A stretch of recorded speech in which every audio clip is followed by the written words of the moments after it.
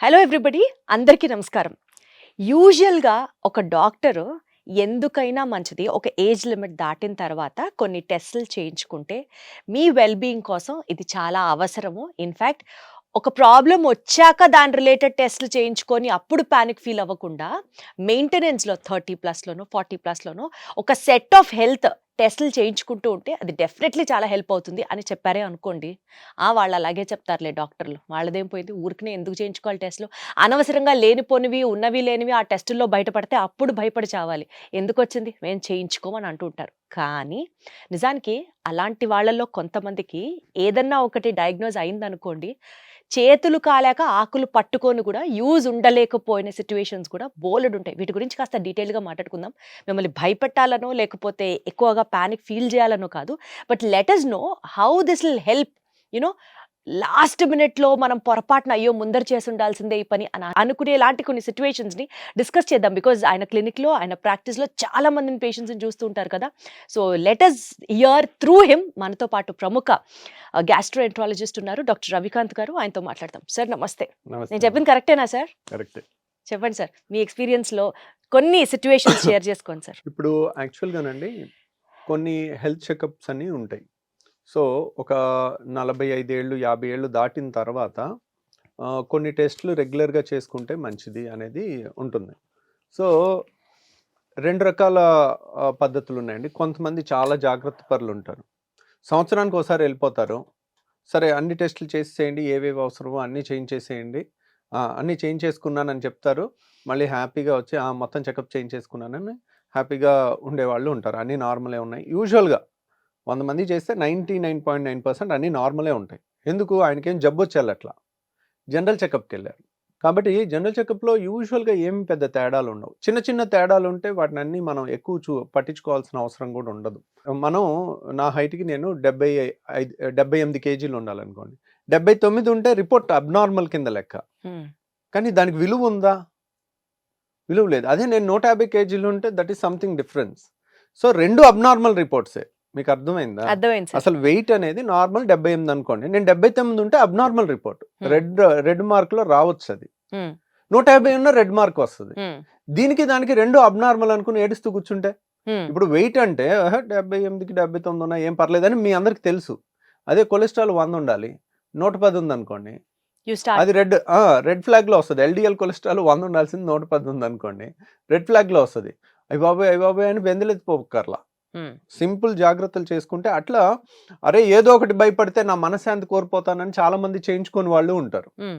So ఇలా నేను చెప్పినట్టు టైం టు టైం సంవత్సరానికి ఒకసారన్నా జనరల్ చెకప్ లా చేయించుకుందాం అని వచ్చేవాళ్ళు 100 మందిలో లెస్ దాన్ 10% ఉంటారండి. 5% ఉంటారనుకోండి.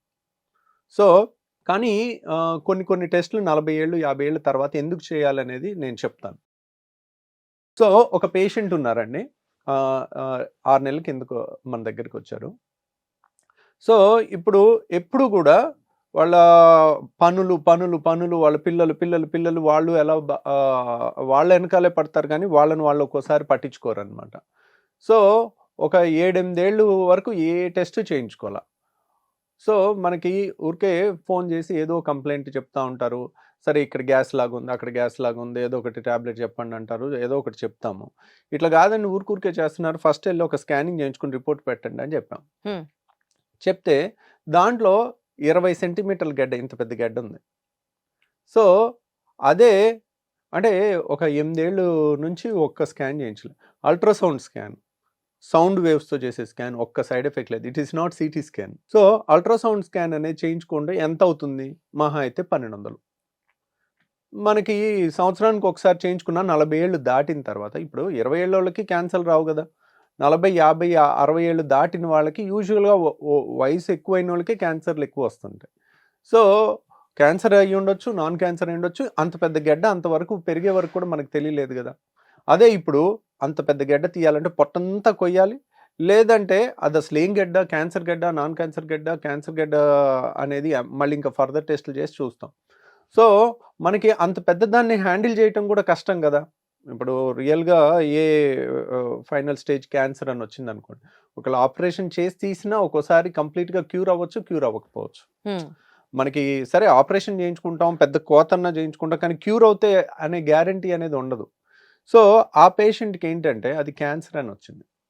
అయ్యో! సో ఇప్పుడు ఇప్పుడు చూడండి ఎంత అన్యాయం జరిగిపోయినట్టు. సింపుల్గా ఇప్పుడు ఒక రోజులో అయితే ఇంత గెడ్డ ఫామ్ అవుతుంది కదా, 18 సెంటీమీటర్లు 30 సెంటీమీటర్ల గెడ్డలు. సో అది ఫామ్ అవడానికి ఖచ్చితంగా ఒక స్లోగా ఒక 1 to 2 years పైన పట్టుద్ది. మనం ఇయర్లీ చెకప్లో చేసుకున్న అది 5 సెంటీమీటర్లు 10 సెంటీమీటర్లు ఉన్నప్పుడు చేసుకుంటే ఆపరేషన్ తేలికైపోను, ఫస్ట్ స్టేజ్లో కనపడను, క్యూర్ అయిపోను. సో అలాని నేను ఇంకా మరీ ఎక్స్ట్రీమ్గా వెళ్ళి సిటీ స్కాన్ చేయించేసుకుంటాను, ఎంఆర్ఐ స్కాన్ చేయించేసుకుంటాను, ఆ స్కాన్ చేయించేసుకుంటాను, ఈ స్కాన్ చేయించుకుంటాను, ఇలాంటి నాన్ సెన్స్ స్కాన్లన్నీ కూడా అవసరం లేదు. అవన్నీ కాస్ట్లీ టెస్ట్లు. ఇప్పుడు ఒక సిటీ స్కాన్ అంటే 8,000 అవుతుంది, ఒక ఎంఆర్ఐ స్కాన్ అంటే 8,000 అవుతుంది. అనవసరంగా మీరు డెసిషన్స్ తీసుకోకూడదు. జనరల్ చెకప్లో మామూలుగా ఏమి ఉంటాయంటే సిబిపి అంటే కంప్లీట్ బ్లడ్ పిక్చర్, అంటే మనకి రక్తం ఎంత ఉంది, ఎనీమియా ఉందా లేదా, రక్తహీనత ఎంతమంది లేడీస్కో ఉంటుందండి. వాళ్ళకి తెలీదు, నీరసం నీరసం నీరసం నీరసం అని కూర్చుంటారు.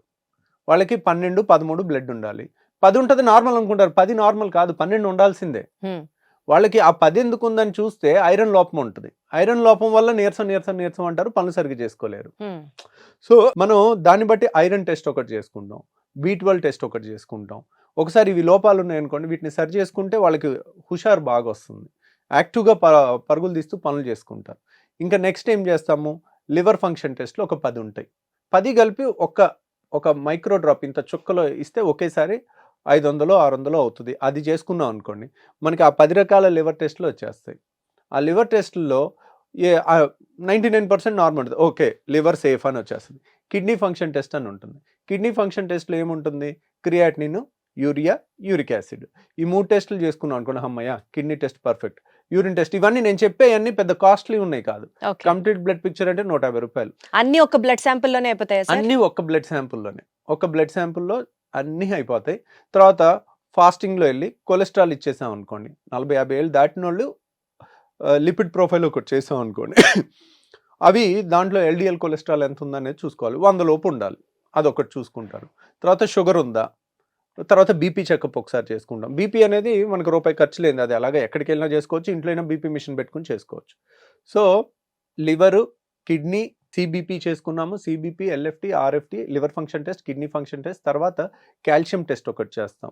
కొంతమందికి కాల్షియం తక్కువ ఉన్న ప్రాబ్లమే, ఎక్కువ ఉన్న ప్రాబ్లమే, కాబట్టి కాల్షియము, సోడియం, పొటాషియం ఎలక్ట్రోలైట్స్ అంటారు, ఇవి చేస్తాము. ఇంకింతే. ఇవి చాలా వరకు ముఖ్యమైన blood test, core of the blood test. ఇవి చూసుకుంటే చాలండి. తర్వాత స్కానింగ్ ఒకసారి ఏంటి, యూరిన్ టెస్ట్ ఒకటి చేస్తాం. యూరిన్లో కొంతమందికి గ్లూకోజ్ పోతుందా, కొంతమందికి వేరే ఏమన్నా ఉన్నాయా, చిన్న చిన్న ఎర్లీ స్టేజ్లోనే తెలుస్తుంది. మైక్రో ఆల్బుమిన్ అని చేసాం అనుకోండి, యూరిన్ మైక్రో ఆల్బుమిన్ టెస్ట్ చేసుకుంటే మనకు ఒక 4-5 ఏళ్ల తర్వాత కిడ్నీలు ఫెయిల్ అవుతాయా, 10 ఏళ్ల తర్వాత ఫెయిల్ అవుతాయా అనేది కూడా మనం అంచనా వేయచ్చు. సో ఇది కూడా మంచి టెస్ట్ అనమాట, యూరిన్ మైక్రో ఆల్బుమిన్ అనేది. ఇది కూడా జనరల్ చెకప్లో పెట్టుకోవాల్సింది. తర్వాత ఇంకా నెక్స్ట్ ఏముంది, అల్ట్రాసౌండ్ స్కానింగ్, సింపుల్ స్కానింగ్ 1200 రూపాయలు. ఇలాంటివి ఏదన్నా క్యాన్సర్లు కానీ, గెడ్డలు కానీ, సిస్ట్లు కానీ, పొట్టలో ఏది ఉన్నా పొట్ట మొత్తం స్కానింగ్ అయిపోతుంది. పొట్టలో ఎన్ని అవయవాలు ఉంటాయి చెప్పండి, ఇటు లివర్ ఉంటుంది, లివర్ కనపడుతుంది, ఇటువైపు స్ప్లీన్ ఉంటుంది, స్ప్లీన్ కనపడుతుంది. పేగులు అంత పర్ఫెక్ట్గా కనపడకపోయినా అల్ట్రాసౌండ్ స్కాన్లో ఏదైనా పెద్ద పెద్ద గెడ్డలు అలాంటివి ఉంటే కనపడతాయి. తర్వాత గర్భసంచి కనపడుతుంది, యూరిన్ బ్లాడర్ కనపడుతుంది, తర్వాత 2 కిడ్నీలు కనపడతాయి. సో మనకు పొట్టలో చాలా వరకు సింపుల్గా అయిపోతాయి. సో అదే అల్ట్రాసౌండ్ స్కాన్ బ్రెయిన్కి చేయలేవు, ఎందుకు, ఎముక ఉంటుంది కదా, ఎముక లోపలిది కనపడదు సౌండ్ స్కాన్లో, అది సిటీ స్కాన్లోనే కనపడుతుంది. అట్లా ఈ అల్ట్రాసౌండ్ స్కాన్ ఇవన్నీ కలుపుకుంటే ఎంత అవుతుంది, ఒక 4,000లో చాలా వరకు జనరల్ చెకప్లో చేయాల్సిన మోర్ ఇంపార్టెంట్ టెస్ట్లు 90% ఆఫ్ ద సేఫ్టీ ప్రివెంటివ్ టెస్ట్లు అన్నీ అయిపోతాయి. సో అలా చేసుకుంటే చాలు, ఇంకా అంతకు మించి వెళ్ళకపోతే ఇది సంవత్సరానికి ఒకసారి 40-45 ఏళ్ళు దాటిన వాళ్ళు ఒకసారి చేసుకుంటే ఏదన్నా వచ్చినా ఎర్లీ స్టేజ్లో వాళ్ళు డిటెక్ట్ చేస్తే సరిపోతుంది, కొంత జాగ్రత్త. సరే, ఇప్పుడు మీరు చెప్పినట్లుగా ఆ పేషెంట్ కి క్యాన్సర్ గడ్డ అన్నారు కదా, అలా క్యాన్సర్ కి సంబంధించిన స్క్రీనింగ్ టెస్టులు చేసుకోవడానికి రైట్ ఏజ్ ఎప్పటి నుంచి అండి? ఒక్కొక్క క్యాన్సర్కి ఒక్కొక్క స్క్రీనింగ్ టెస్ట్ ఉంటుందండి. ఇప్పుడు ఫ్యామిలీలో మదర్కో, పిన్నికో, అత్తకో, మేనత్తకో, పిన్నికో రొమ్ము క్యాన్సర్ ఉందనుకోండి, సో ఆ లేడీస్ 50 ఏళ్ళు దాటిన తర్వాత ప్రతి 5 ఏళ్ళకి మ్యామోగ్రామ్ టెస్ట్ చేస్తారు. 50 దాటాక. ప్లస్ అన్నిటికన్నా బెస్ట్, మనకి మోస్ట్ వాల్యుబుల్ థింగ్, ఇంక ఇది లేకపోతే మనం బతకలేము అనేవన్నీ కూడా ఫ్రీగా దొరుకుతాయి మనిషికి. ఒకటి గాలి లేకపోతే మనం 8 నిమిషాల్లో చచ్చిపోతాం, ఫ్రీ. నీళ్ళు లేకపోతే చచ్చిపోతాం, ఫ్రీ. ఫుడ్ అంత పెద్ద ఖర్చేం లేదు. సో అలాగే టెస్టుల్లో కూడా మోస్ట్ యూస్ఫుల్ టెస్టులు ఫ్రీయే ఉంటాయి. Weight free, BP free. So సింపుల్గా ఇలాంటివి తెలుసుకున్నారనుకో, ఇవి ఇవి చిన్న టెస్ట్లు అని అనిపిస్తాయి, కానీ దే ఆర్ నాట్. మనకి ఏ ఖర్చు లేకుండా అందుతుండేసరికి దాని విలువ తెలియట్లేదు అంతే. కానీ మ్యామోగ్రామ్ అనేది ఒక్కోసారి 3,000 నుంచి 5,000 మధ్యలో అవుతుంది. డిజిటల్ మ్యామోగ్రామ్ 3D 2D అని రకరకాలు ఉన్నాయి. సో అదంత ఖర్చు కదండి. సింపుల్ థింగ్, స్నానం చేసేటప్పుడు సబ్బు చేత్తో బ్రెస్ట్ ఎగ్జామినేషన్ చేసుకుంటే ఏ చిన్న గెడ్డైనా కనపడుతుంది. వాళ్ళు రోజు అదొక పద్ధతిగా చేసుకున్నప్పుడు స్నానం చేసే టైంలో జస్ట్ సబ్బు చేతికి ఏ చిన్న రోజు చూసుకుంటున్నాం అనుకోండి, ఇదేంటి ఇన్నాళ్ళు లేదు, ఇదేదో ఇంత చిన్న బొడిపిలాగా తగులుతుంది, అది that is the best test to prevent breast cancer. అది ఎవరు చేయాలి? పేషెంట్ తనంతట తను చేసుకోవాలి. సో అలాంటిది ఏదన్నా చిన్నది కనపడింది అనుకోండి, వాళ్ళకి రోజు చేస్తుంటే వాళ్ళకి అర్థమైపోద్ది, ఓకే రోజు చూసుకుంటున్నాను, ఇక్కడేదో కొంచెం బొడిపిలాగా తగులుతుంది, ఇక్కడేదో లోపల గడ్డలా తగులుతుంది, ఏముందో ఒకసారి వెళ్ళి చూసుకుని వస్తాను. యూజువల్గా 40 ఏళ్ళ లోపల క్యాన్సర్లు చాలా అరుదండి. ఇంకా మనకి అట్లా భయపడుతూ ఉన్నాం అనుకోండి, పుట్టిన బిడ్డకు కూడా క్యాన్సర్ వస్తాయని టెస్టులు చేయలేం కదా. There should be some rational. భయపడటానికి కానీ జాగ్రత్త తీసుకోవటానికి కూడా మూర్ఖంగా చేయకూడదు. కాబట్టి ఈ సెల్ఫ్ బ్రెస్ట్ ఎగ్జామినేషన్ అనేది ఇన్ఎక్స్పెన్సివ్ టెస్ట్. తర్వాత లేడీస్లో అతి సాధారణంగా వచ్చే రెండో cancer cervix cancer, uterine cervix cancer. అది దానికి సెర్వారిక్స్ అనే ఇంజెక్షన్ వచ్చేసింది. అంటే మనకి ప్రివెన్షన్, అంటే వ్యాక్సిన్ వచ్చింది. అది వ్యాక్సిన్ ఆల్మోస్ట్ స్కూల్ గోయింగ్ పిల్లలకి 18 ఏళ్ళు లోపల ఇచ్చేస్తే ఇంకా వాళ్ళకి రాదు. సో అది ప్రివెన్షన్. ఒకవేళ అది చిన్నప్పుడు ఇవ్వలేదు అనుకోండి, ఇప్పుడైనా తీసుకోవటం ఒక పద్ధతి, కొంత ప్రొటెక్షన్ ఉంటుంది. రెండో ప్రొటెక్షన్ ఏంటంటే ప్యాప్స్మియర్. ప్యాప్స్మియర్ అనే టెస్ట్ చేస్తే మన అదృష్టం కొద్దీ సర్వైకల్ క్యాన్సర్ చాలా భయంకరమైన క్యాన్సర్ అయినప్పటికీ కూడా ఇలా ఒక 6 నెలల్లోనో సంవత్సరంలోనో వచ్చేది. అది స్లోగా ఒక 3, 4, 5 ఏళ్లలో వస్తుంది. కాబట్టి 40 ఏళ్ళు దాటిన వాళ్ళు ప్యాప్స్మియర్ చేయించుకున్నారనుకోండి, ప్యాప్స్మియర్లో కొన్ని కణాలు క్యాన్సర్ కింద మారుతున్నాయి అని వస్తుంది. ఇప్పుడు క్యాన్సర్ కాని కణాలు ఉంటాయి, క్యాన్సర్కి మారిపోయిన కణాలు ఉంటాయి, మధ్యలో ఇంటర్మీడియట్ కణాలు, అలా స్టేజ్ వైజ్ వెళ్తుంది ఈ క్యాన్సర్.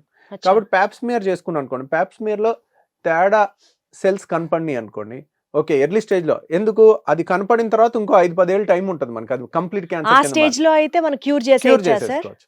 ఇప్పుడు ప్యాప్స్మియర్ లో తేడా ఉంది అనుకోండి, దాంట్లో గర్భసంచి ఆపరేషన్ చేసుకుని ఫర్దర్ గా లోపలంతా క్లీన్ చేసుకుని చూసుకుని కొద్ది క్యాన్సర్ ఉన్నా దాన్ని కంప్లీట్ గా తీసేయచ్చు అనమాట.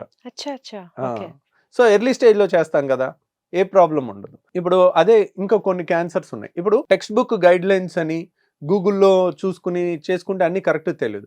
ఫర్ ఎగ్జాంపుల్ చెప్తాను, అమెరికాలో ఆర్ యూరోప్లో 50 ఏళ్ళు దాటిన ప్రతి ఒక్కరికి 5 ఏళ్ళకి 10 ఏళ్ళకి ఒకసారి కొలనోస్కోపీ చేయాలి. అంటే 20 కోట్ల మందికి లో ముసలోళ్ళు ఆల్మోస్ట్ 50 ఏళ్ళు దాటిన వాళ్ళు 20 కోట్ల ఒక 5 కోట్లు 3 కోట్లు ఉన్నారనుకోండి, 3 కోట్ల మందికి ప్రతి సంవత్సరం ప్రతి 5 ఏళ్ళకి కొలనోస్కోపీ అంటే అసలు ఎన్ని టెస్టులు చేయాలో. మన ఇండియాలో ఆ గైడ్ లైన్ లేదు. ఎందుకని? మన ఇండియాలో కోలన్ పెద్ద పేగు క్యాన్సర్ తక్కువ, అమెరికాలో 30 రెట్లు ఎక్కువ మనకన్నా. అంటే వాళ్ళు ఎక్కువ జంక్ తింటారు కదా సార్, అదే వాళ్ళ ఫుడ్. మనది ఫస్ట్ నుంచి వెజిటేరియన్ డైట్, ఆ జీన్స్ వల్ల అయి ఉండొచ్చు మోస్ట్లీ.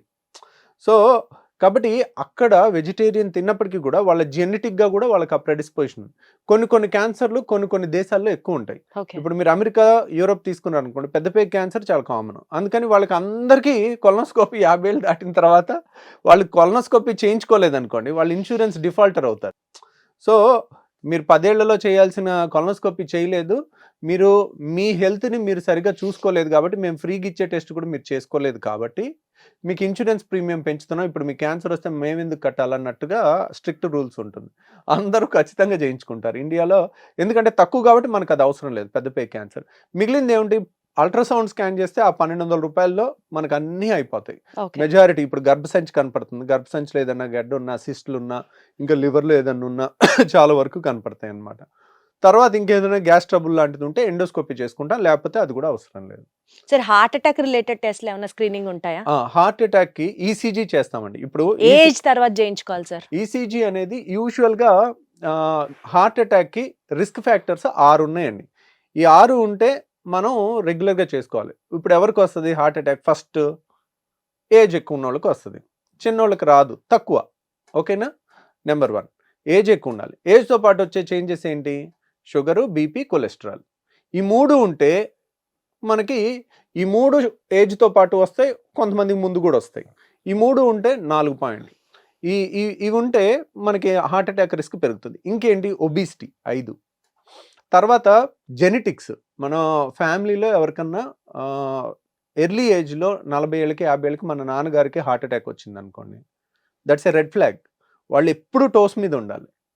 వాళ్ళ ఫ్యామిలీలో పిల్లలకు కూడా 40 ఏళ్ళకి వచ్చే అవకాశం ఉంటుంది. అలర్ట్గా ఉండాలి ఎప్పటికప్పుడు. ఈసీజీలో అంటే post 25, post 30 annually once checkup చేయించుకోవడాలు అట్లా ఏమన్నా ఉన్నాయా? లేదండి, అసలు అలా లేనే లేదు. అలా ఇక 25 ఏళ్ళకి 30 ఏళ్ళకి ఇంకొకటి అతి ముఖ్యమైన రిస్క్ ఫ్యాక్టర్ 6 చెప్పాను కదా. ఇప్పుడు ఏజ్, షుగర్, బీపీ, కొలెస్ట్రాల్, తర్వాత ఒబిసిటీ, తర్వాత జెనెటిక్స్ అంటే ఫ్యామిలీలో ఎవరికన్నా ఉందా లేదా, అంటే యంగ్ ఏజ్లో. మన సపోజ్ మీ ఫాదర్కి 85 ఏళ్ళకి హార్ట్ అటాక్ వచ్చింది అనుకోండి, it doesn't make any sense. తనకి 55 ఏళ్ళకి 50కి 49కి వచ్చింది అనుకోండి, మనం జాగ్రత్తగా ఉండాలి. అట్లా అనమాట. పక్షవాతం వచ్చిన అట్లా అన్ని ఇప్పుడు ఇంకా అన్నిటికన్నా భయంకరమైన రిస్క్ ఫ్యాక్టరు మనం వద్దు అనుకుంటే ఈ క్షణం తీసేసేది స్మోకింగ్. యంగ్స్టర్స్లో హార్ట్ అటాక్ వచ్చేది స్మోకర్స్లో ఎక్కువ వస్తుంది. ఓకే. మీరు జెనెటిక్స్లో వచ్చేది దానికన్నా స్మోకింగ్ వల్ల వచ్చేది చాలా ఎక్కువ. ఫస్ట్ 40 ఏళ్ళకి హార్ట్ అటాక్ వచ్చింది అనగానే ఫస్ట్ అడిగే క్వశ్చన్ స్మోక్ చేస్తారా?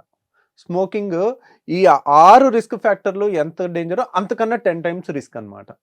సో మనం ఈరోజు మన ఏజ్ని మనం ఇర్రివర్సిబుల్, దాన్ని చేయలేం కదా. 70 ఏళ్ళ మనిషిని 20 ఏళ్ళు చేయలేము, దాన్ని మార్చలేము. స్మోకింగ్ ఈరోజు స్మోకర్ అయితే మరుసటి రోజు నాన్ స్మోకర్ కింద మారిపోవచ్చు. సో హార్ట్ అటాక్ రాకుండా ఉండాలంటే ఫస్ట్ స్మోకింగ్ ఆపేయాలి. మిగిలిన మన చేతిలో ఇంకా కొలెస్ట్రాల్ మరీ 200 ఉందనుకోండి, ఎల్డిఎల్ కొలెస్ట్రాల్ 100 ఉండాలి, 200 ఉందనుకోండి, కొలెస్ట్రాల్ ట్యాబ్లెట్ ఒకటి వాడుకుంటే తగ్గుద్ది. ఈ టాపిక్ మళ్ళీ ఒక ఫుల్ టాపిక్ అవుద్ది. అసలు కొలెస్ట్రాల్కి ట్యాబ్లెట్ వాడాలా వాడకూడదా, వాడటం వల్ల నష్టమా లాభమా అనేది అది సెపరేట్ టాపిక్ అవుద్ది, అది మళ్ళీ మాట్లాడుకుందాం. తర్వాత ఇంకా హార్ట్ చెకప్ అంటారా, ఈసీజీ ఒకటి చేస్తారు, ట్రెడ్మిల్ చేస్తారు. ట్రెడ్మిల్ అంటే ఏంటి? బాగా పరిగెట్టించి అప్పుడు ఈసీజీ చేస్తారు. మామూలు ఈసీజీలో హార్ట్ అటాక్ వచ్చిన తర్వాత చేంజెస్ కనపడతాయి. రాకుండా ముందే ఎక్కడన్నా బ్లాక్ ఉందనుకోండి, పరిగెట్టినప్పుడు ఈసీజీ చేస్తే మనకి దాంట్లో కొన్ని చేంజెస్ కనపడతాయి. అంటే ఒక 5 ఏళ్ళకో 3 ఏళ్ళ తర్వాత వచ్చే హార్ట్ అటాక్ పరిగెట్టినప్పుడు మనకి ఆ చేంజెస్ ఈసీజీలో కనపడతాయి. అది ట్రెడ్మిల్ టెస్ట్. ఎకో అంటారు. ఎకో అంటే హార్ట్కి మామూలు స్కానింగ్ చేస్తాం. ఇవి కూడా పెద్ద ఖర్చు కాదు.